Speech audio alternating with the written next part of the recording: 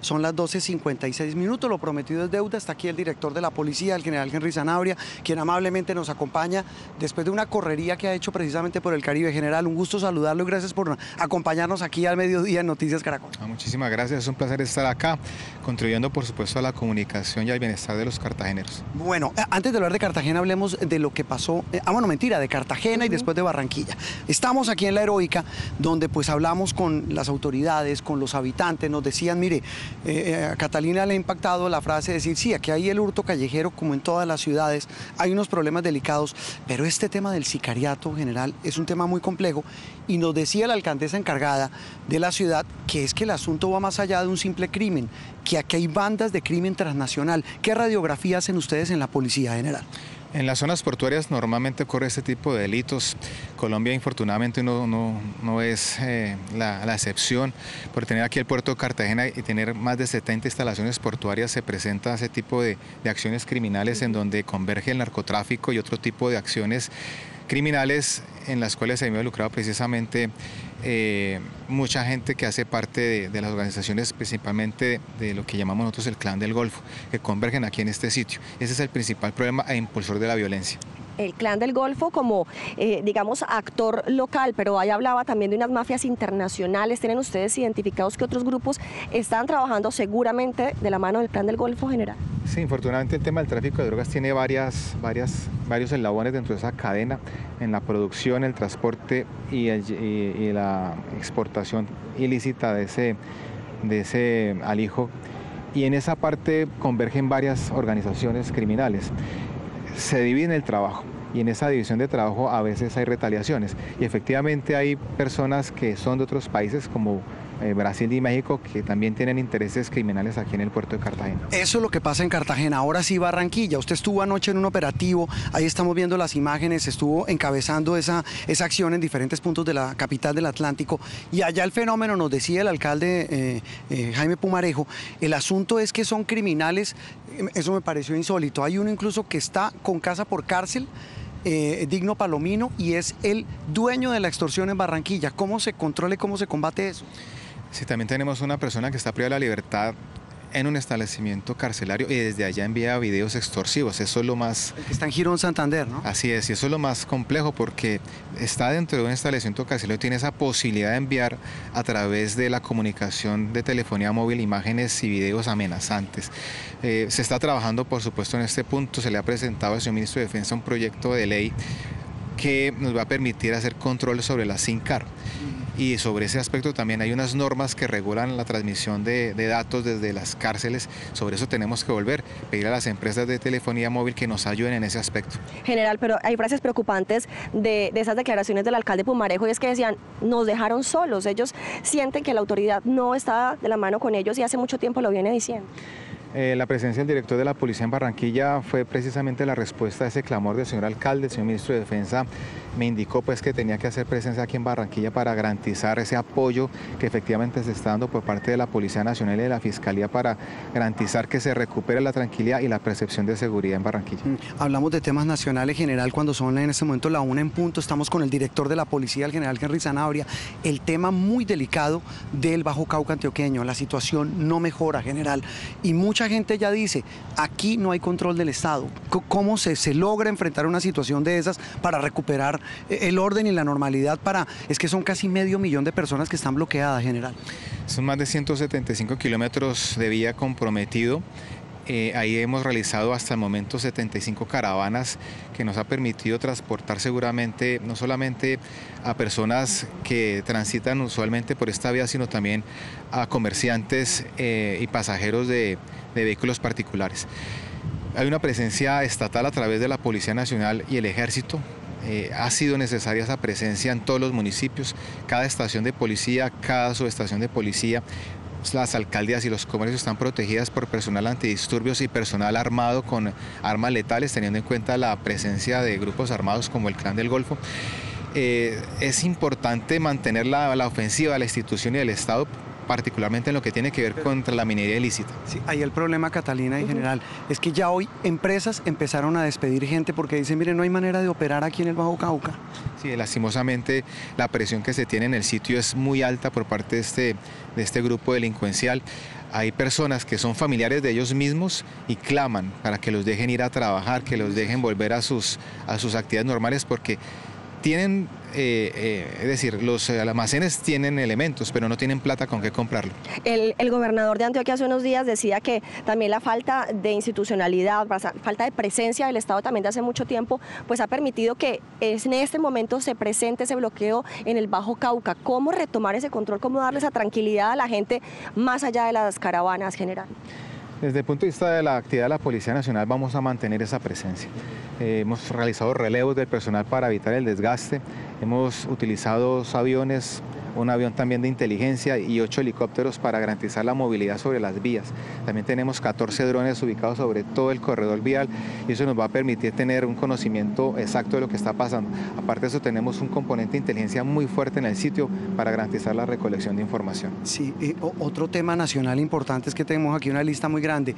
No habíamos podido hablar hace días, general, lo que pasó en el Caguán. Este tema tan indignante, las imágenes de ver a estos policías humillados, secuestrados, uno de ellos asesinado, también murió un manifestante, pero más allá de eso, uno habla con esos muchachos, escuchando esos llamados en ese radioteléfono diciendo nos dejaron solos. Ustedes dejaron solos a esos hombres, general, y se lo pregunto porque el gobierno pues ha dicho, mire, hubo una maniobra humanitaria para poder desalojarlos, pero al final del camino lo que el país vio fue unos muchachos absolutamente en estado de indefensión, metidos en la mitad de semejante lío. Esto empezó el 8 de diciembre del año anterior, posteriormente el 18 de febrero nos solicita el ejército apoyo, porque los hombres armados que estaban custodiando esa empresa y que tenían una base militar al frente temían que fueran atacados por estos manifestantes y se requería un grupo especial antidisturbios, por eso enviamos 75 hombres con esa capacidad menos letal para garantizar la seguridad primero de los soldados y en segundo lugar de la empresa. Eso se logró al siguiente día, 19 de febrero, los enviamos. Cuando se presentó el diálogo con el señor ministro del Interior y la señora viceministra, se exigió por parte de estas personas que este grupo saliera para facilitar los diálogos. Así se planeó. El día jueves teníamos listos los helicópteros para sacarlos. Se presentó el ataque sobre las 5 de la mañana y eso obviamente truncó esa posibilidad de sacarlos. El apoyo llegó de Villagarzón, se instalaron en la base militar, pero infortunadamente ellos amenazaron y enviaron un policía de nosotros a advertirles que si salían mataban a 7 policías. Por eso ese apoyo no pasó la calle, que son 50 metros. Por supuesto, un secuestro que está siendo investigado por la Fiscalía. La policía ya aportó todos los elementos materiales probatorios para ello. Es decir, ahí no hubo cerco humanitario, sí, no eso fue un secuestro. Como cerco. No, lo que pasa es que ese ministro en su momento fue de alguna manera constreñido por estas personas. Supeditaron la entrega a los policías a que el señor presidente fuera, y eso no iba a pasar.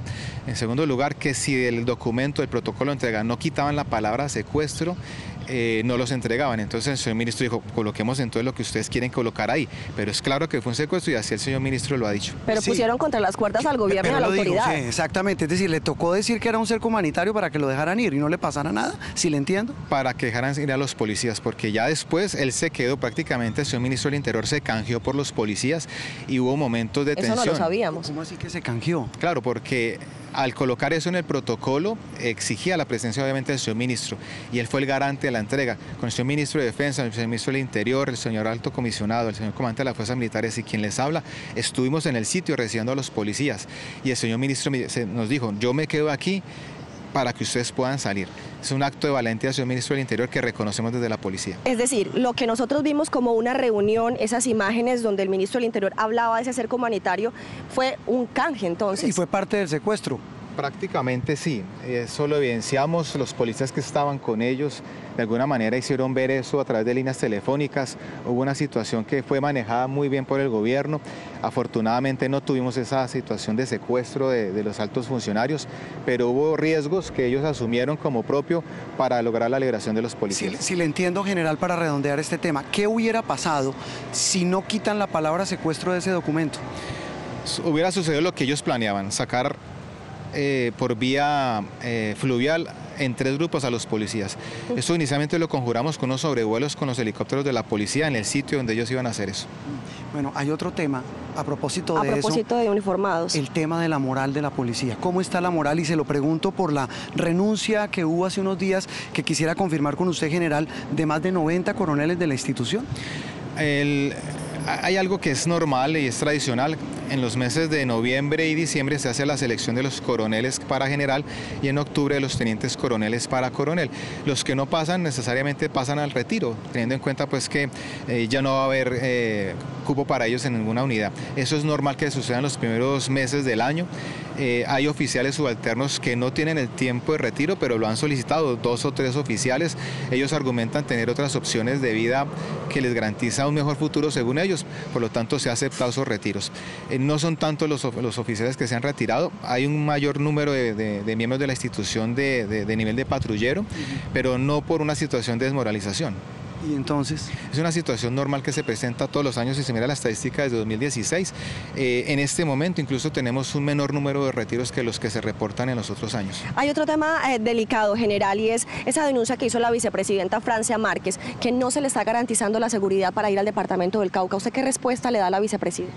Nosotros tenemos un componente de la Policía Nacional muy grande apoyando la seguridad de la señora vicepresidente. Los helicópteros de la Policía Nacional están al servicio de la señora vicepresidente. Cuando se presentó este incidente de los explosivos, de la Policía Nacional fue la que estuvo ahí con el ejército revisando el sitio, y la misma recomendación de la policía fue no más utilizar ese trayecto sino hacerlo vía aérea. Sí, pero ella dice, mire, el comandante de la policía en el Cauca me dijo que mejor no venga. Lo que sucede es que cada vez que hay un desplazamiento de un alto funcionario se hace un documento donde se explican las razones y las circunstancias en las cuales en ese momento se tienen sobre las vías, y en ese documento obviamente no se puede decir que no pasa nada, que todo está tranquilo. Se hace esa recomendación, mire, en este momento hay presencia de estos grupos, hay unas confrontaciones de este y este otro lado, por lo tanto la recomendación es vía aérea, pero no que no vaya. Me quedó faltando, Catalina, sí, perdón, el mensaje a los policías. Es decir, repito, sí, se lo digo con cariño, general, uno tiene contacto con oficiales, suboficiales, y realmente sí dicen que la moral no, que el ambiente no es bueno. Este tema del Caguán generó, y mire lo que nos cuenta usted, es decir, que hubo incluso secuestro del ministro del Interior. Con todo eso, ¿qué mensaje les envía usted a los miembros de la Policía Nacional? Yo he visto en los viajes que he hecho unos policías empoderados, firmes en el convencimiento de hacer cumplir la Constitución y la ley. Asumimos un riesgo superior al de los demás, por lo tanto estamos en la capacidad cognitiva, en la capacidad física y mental para asumir situaciones de riesgo. A los policías de la patria, mi saludo especial. Solamente tenemos un compromiso, hacer que la Constitución y las leyes de la República imperen en el país, nada más. Eso también es un mensaje para los ciudadanos, por supuesto, no solo para los uniformados, Juan, que a veces también los ciudadanos sienten que hay una falta de presencia, para ellos es percepción de seguridad, pero a veces también en la calle el ciudadano de a pie dice que no se le solucionan sus problemas, pero aquí está entonces el mensaje en general. Y el mensaje también en esta correría que hemos hecho es que hemos visto a la policía, Catalina, en general, en diferentes puntos, lo vimos en Barranquilla, aquí en Cartagena, en Sincelejo, en Valledupar, es decir, es un trabajo de todos los días. General, de verdad un gusto y muchísimas gracias por haber venido hasta acá a acompañarnos y hablar de estos temas tan difíciles. Muchísimas gracias, un saludo a todos los residentes en el país, a ustedes los periodistas, gracias por comunicar, gracias por estar siempre con nosotros. Es el director de la Policía General, muchísimas gracias. Muchísimas Henry Zanabria. gracias.